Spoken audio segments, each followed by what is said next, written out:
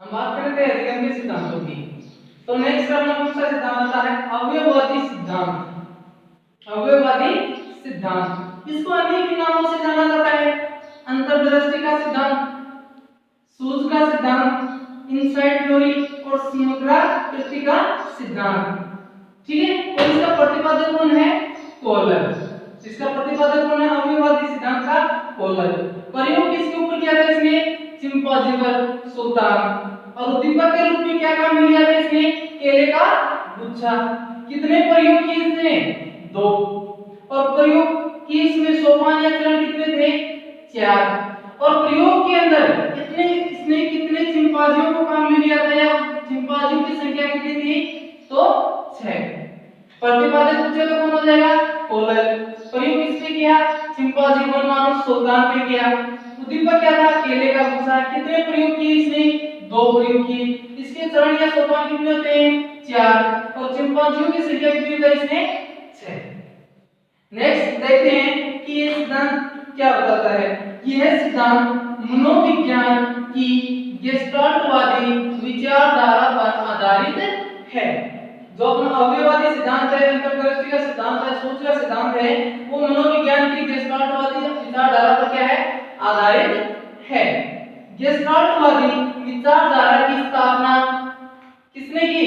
वर्दीमन ने की या के द्वारा जर्मनी में की गई।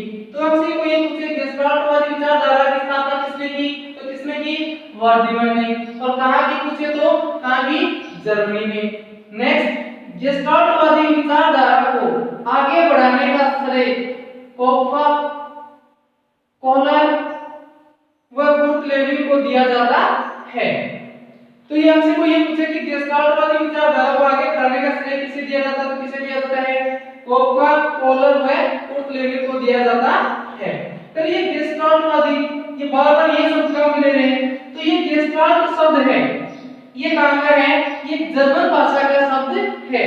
जो गेस्टाल्ट है वो कहां का है? एक जर्मन भाषा का शब्द है, जिसका शाब्दिक अर्थ क्या होता है? पूर्णाकार, यानी कि पूर्ण आकार। नेक्स्ट देखते हैं कि इस सिद्धांत का अर्थ क्या होता है। हम बात कर रहे थे अवयववादी सिद्धांत की, सूझ के सिद्धांत की, कि उसको आगे बढ़ाने का श्रेय किसको जाता है? उसमें से कुर्ट लेविन भी था। तो क्या है कि इसके बारे में देख लेते हैं कि ये कौन है, क्या है। कुर्ट लेविन को नव गेस्टाल्टवादी या आधुनिक गेस्टाल्टवादी मनोवैज्ञानिक माना जाता है। और कुर्ट लेविन वह गेस्टाल्टवादी मनोवैज्ञानिक है जिसने अपना प्रयोग कहां किया था? अमेरिका में किया था। नेक्स्ट हम देखते हैं कि जो अपना सूझ का सिद्धांत होता है उसका क्या अर्थ होता है। अपना जो सूझ का सिद्धांत है या अंतर्दृष्टि का सिद्धांत है, उसका अर्थ क्या होता है? तो कोहलर ने अनेक पशु पक्षियों पर प्रयोग करके यह सिद्ध किया कि मनुष्य और पशु पक्षी अपनी सूझ के द्वारा बहुत कुछ सीखते हैं। कोहलर का मानना है कि इसने अनेक प्रयोग करके ये सिद्ध किया कि पशु पक्षी और मनुष्य ऐसे हैं कि जो कि अपने सूझ के द्वारा बहुत कुछ, अपनी सूझ, अपनी सोच, अपने विचारों के द्वारा बहुत कुछ सीख सकते हैं। इसने क्या किया कि इसने चिंपांजियों को प्राकृतिक परिस्थिति प्रदान करके उनकी सूझ का पता लगाया। नेक्स्ट, अंतर्दृष्टि और सूझ का प्रारंभ किसी भी समस्या या बाधा या कठिनाई से होता है। यानी कि जो अंतर्दृष्टि या सूझ है वो कब उत्पन्न होती है, कब प्रारंभ होती है? जब हमारे सामने कोई नई समस्या उत्पन्न होती है, तब हमारी क्या होता है? अंतर्दृष्टि या सूझ क्या होती है? प्रारंभ होती है या उत्पन्न होती है। नेक्स्ट, जब व्यक्ति के सामने कोई भी नई समस्या आती है तो उस समस्या का समाधान करने के लिए व्यक्ति के मस्तिष्क में एक नया विचार पैदा होता है और वही विचार अंतर्दृष्टि व सूझ के नाम से जाना जाता है। नेक्स्ट देखते हैं कि अंतर्दृष्टि अचानक या आकस्मिक पैदा होती है।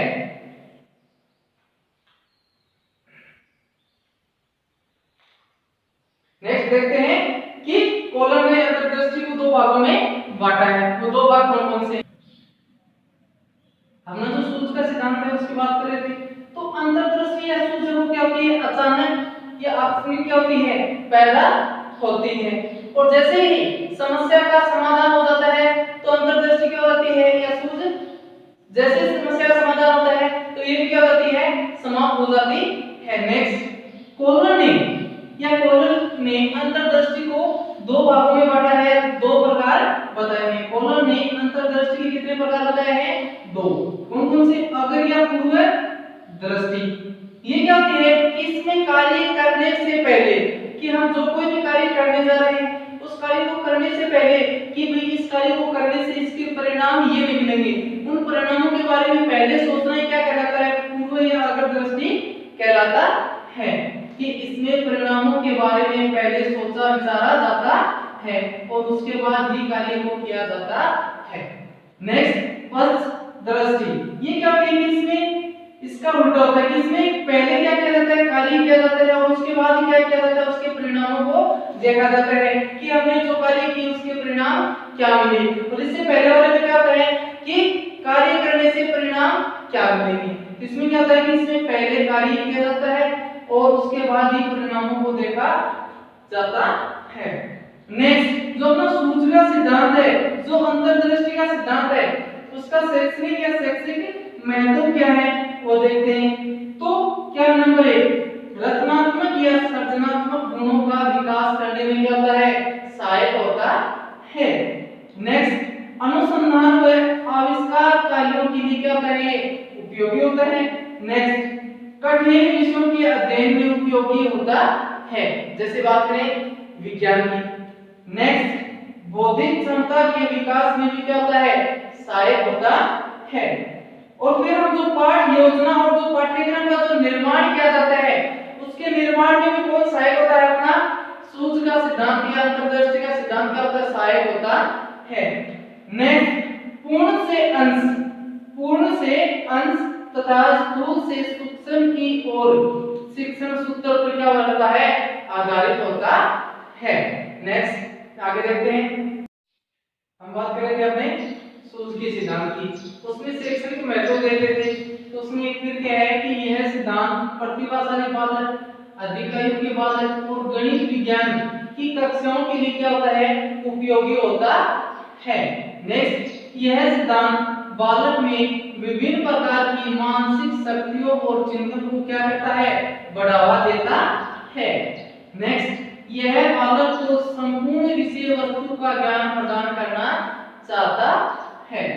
नेक्स्ट हम देखते हैं कि शैक्षिक कमियां, यानी कि शिक्षा क्षेत्र में इसकी कौन कौन सी कमियां होती हैं, कौन कौन से इसके अवगुण होते हैं, कौन कौन से इसके दोष होते हैं। तो नंबर 1, जो सूझ का सिद्धांत है वो क्या है कि मंदबुद्धि बालकों के लिए उपयोगी नहीं होता है। नेक्स्ट, अत्यधिक बौद्धिक विकास की क्या होती है, इसमें आवश्यकता होती है, ये भी क्या हो गया कि इसकी कमी, इसका दोष अवगुण हो गया। नेक्स्ट, इस सिद्धांत के अनुसार समस्या का समाधान तुरंत होता है, जो कि गलत है क्योंकि वास्तविक जीवन में ऐसा नहीं होता है। नेक्स्ट हम सिद्धांत की बात करें, क्षेत्रीय अधिगम सिद्धांत। नेक्स्ट अपना कौन सा है, क्षेत्रीय अधिगम सिद्धांत बोल रहे हैं या तरलता का सिद्धांत, दोनों एक ही हैं और इसका प्रतिपादक कौन है, कुर्टलेवी। ठीक है, इसमें बताया है एक छोटा सा सूत्र इसमें देखते हैं, L = F * P * E। इसमें L कौन होता है, लर्निंग यानी कि अधिगम करता, सॉरी L फॉर लर्निंग यानी कि अधिगम सीखना, F फॉर क्या होता है, फंक्शन यानी कि संबंध, सीखने का किससे किसका संबंध होता है, P फॉर पर्सन व्यक्ति जो सीख रहा है, E फॉर एनवायरनमेंट यानी वातावरण।